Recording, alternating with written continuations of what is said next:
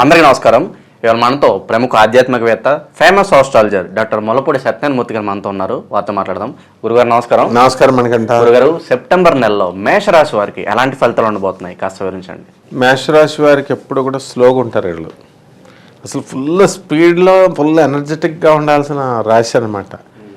వాళ్ళకి ఎంత బద్ధకంగా ఉంటారంటే ఎంత మంచి జాతకం చెప్పినా సరే, వాళ్ళ గురించి వాళ్ళ మంచికి చెప్పినా సరే ఆన్ చేసుకొని చూసుకోవడానికి బద్ధకం అనమాట.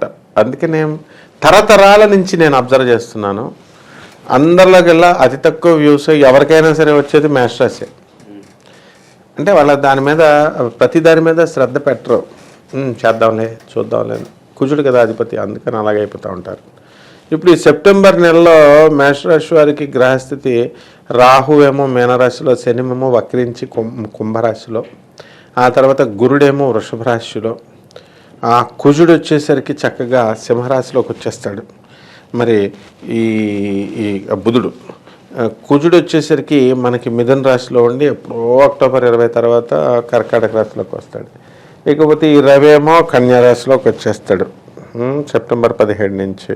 కన్యారాశిలో ఉండి కేతు ఉంటాడు. ఈ శుక్రుడేమో తులరాశిలోకి వెళ్ళిపోతాడు సెప్టెంబర్ 18 నుంచి. ఇది గ్రహస్థితి. దీన్ని బట్టి మనకి ఈ యొక్క మేషరాశి వారికి ఎలాగ ఉంటుందంటే, వృత్తి, వ్యాపార, ఉద్యోగ విషయాల్లో బ్రహ్మాండంగా ఉంటుంది. సంపాదన చాలా బాగుంటుంది. ఖర్చు చాలా తక్కువగా ఉంటుంది. అంటే చాలామంది ఏమండి నాకు ఖర్చు ఎక్కువైపోయింది అంటారు.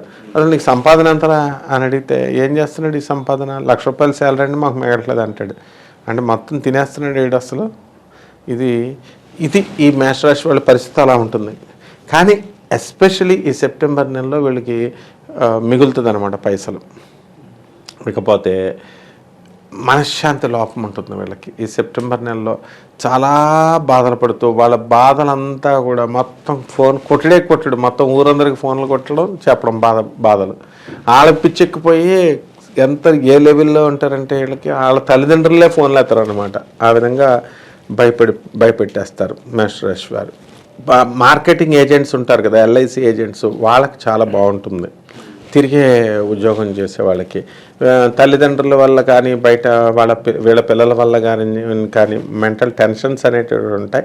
ఇవి క్రమేపీ పోతాయి. ఇక్కడ మేషరాశి వాళ్ళకి ఒకటే ఏంటంటే, ఫస్ట్ ఫండమెంటల్ థింగ్ చక్కగా ఈ యొక్క కేతువు రవి ఇద్దరు కూడా శత్రుక్షేత్రంలో, మనకి శత్రుస్థానంలో షష్ఠ స్థితిగతులై ఉండడం వల్ల శత్రువులపై వీళ్ళ విజయం సాధిస్తారు.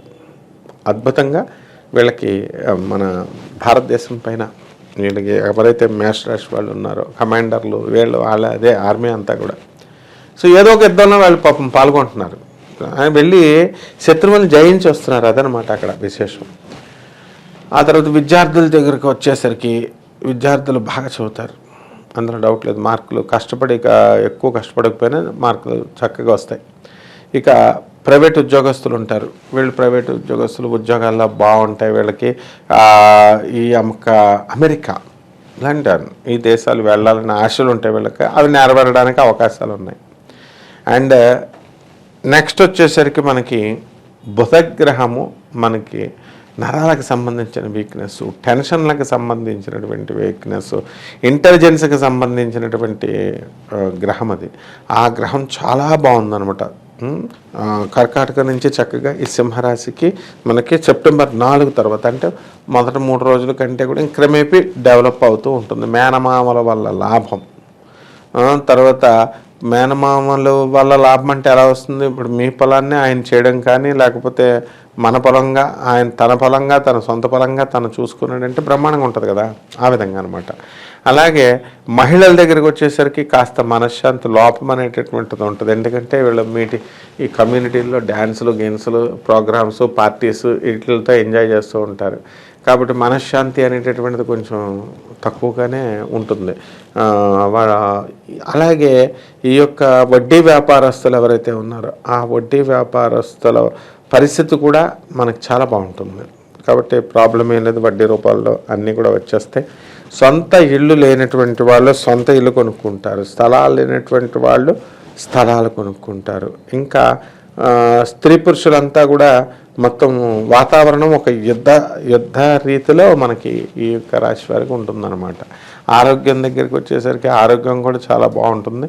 ఏమి దేనికోసం వర్రీ పడక్కర్లేదు. ఇల్లు లేనటువంటి వాళ్ళు ఇల్లు, సంతానం లేనటువంటి వాళ్ళు సంతానం కూడా కలగడానికి అవకాశం ఉంది. వైవాహిక జీవితం ఎలా ఉండబోతుంది గురుగారు ఈ రాశి వారికి? వైవాహిక జీవితం ఎలా ఉంటుందంటే శుక్రుడు మనకి సెప్టెంబర్ 18 నుంచి సప్తమ స్థితిగతుడు అయినాడు.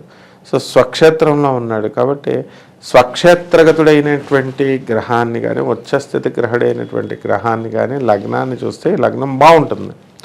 ఇప్పుడు వీళ్ళు మేషరాశి వాళ్ళు ఉన్నారనుకో, వాళ్ళ తల్లిదండ్రులు ఏదో ఒకటి డబ్బో ధనమో గిఫ్ట్లో తీసుకురావడం, అది వీళ్ళకి ఇచ్చేసేయడం, వీళ్ళని ఇంప్రూవ్మెంట్ చేయడం అనేటటువంటిది బాగా ఉంటుంది. అంటే తల్లిదండ్రుల దగ్గర నుంచి బాగా లబ్ధి పొందేటటువంటి అవకాశం ఈ రాశి వారికి బాగుందన్నమాట. ఆర్థికంగా ఎలా ఉండబోతుంది ఈ రాశి వారికి? ఆర్థికంగా ఫస్ట్ క్లాస్, ఫ్యాంటాస్టిక్, మళ్ళీ తిరుగులేదు వాళ్ళకి. ఈ రాశి వారు ఎటువంటి పరిహారాలు చేసుకుంటే వీళ్ళు మంచి ఫలితాలు పొందే అవకాశం ఉందంటారు?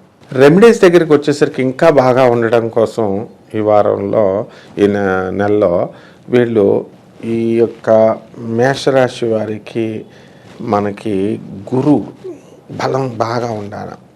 రాహు బాగా పీడిస్తున్నాడు. సో శని వెళ్ళి రాహువుని చూస్తున్నాడు కాబట్టి శనికి మనం బాగా జపం చేసుకోవాలి. శని స్తోత్రాలు చదవాలి. శనికి కిలోంపావు నల్ల నువ్వుల్ని, నల్లని వస్త్రాన్ని పేద బ్రాహ్మణులకి శనివారం నాడు కరెక్ట్గా ఉదయం 8 గంటలకి దానం చేయాలి.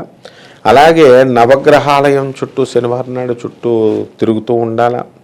అలాగే ఆంజనేయ స్వామి వారి యొక్క పాదాలని అస్సలు వదలకూడదు అనమాట. వీళ్ళు కనుక ఈ నెలంతా కూడా ఆంజనేయ స్వామి వారి పూజ కనుక చేసుకున్నట్లయితే బ్రహ్మాండంగా ఉంటుంది. ఓం హం హనుమతే అన్న మంత్రం జపం చేసుకున్న చాలు ఆ ఆంజనేయ స్వామి వారి యొక్క కరుణాకటాక్షం లభిస్తుంది.